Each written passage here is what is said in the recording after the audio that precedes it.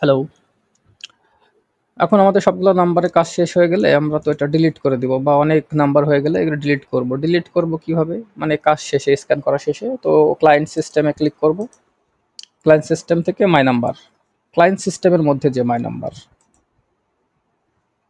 তো এখানে দেখবেন যে বাল্ক রিটার্ন একটা অপশন আছে। জাস্ট এখানে ক্লিক করে ইয়েস রিটার্ন করে দিলে আ সব নাম্বার ডিলিট হয়ে যাবে। আগে আগে যেগুলা ছিল এখানে দেখেন এখন 0 নাম্বার দেখাচ্ছে। তো এইটুকুই নাম্বার রিটার্ন করার কাজ। আর এখানে আরেকটা ফাংশন আছে সেটা হচ্ছে এই যে ক্লায়েন্ট সিস্টেমের মধ্যে মাই এসএমএস স্ট্যাটিস্টিক্স এখানে ক্লিক করলে কয়টা এসএমএস আসছে আজকে এটা দেখা যায়। এই যে গেট স্টার্টেড দিলে দেখায়। তো এখানে তেমন আর কোনো সেটিং বাকি নাই। তো আমরা একটা দ্বিতীয় ওয়েবসাইটে যাই।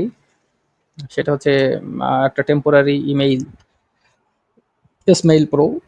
এটা ফুল অ্যাক্সেসে ক্লিক করলে এখানে আমাদের ইমেল দেখাবে। এখান থেকে ইমেল ক্রিয়েট করা যাবে। আগে ছিল এই দুইটা, এটা ডিলিট করে দেওয়া যাবে। দিয়ে এখানে ক্রিয়েট ক্লিক করলে এখানে গুগল, এখানে মাইক্রোসফট।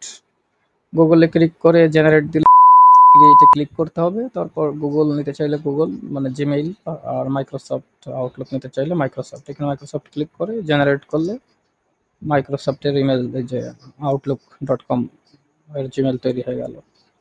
আবার যদি জিমেল নিতে চাই তাহলে এখানে ক্রিয়েট করব গুগলে করে এই যে জেনারেট।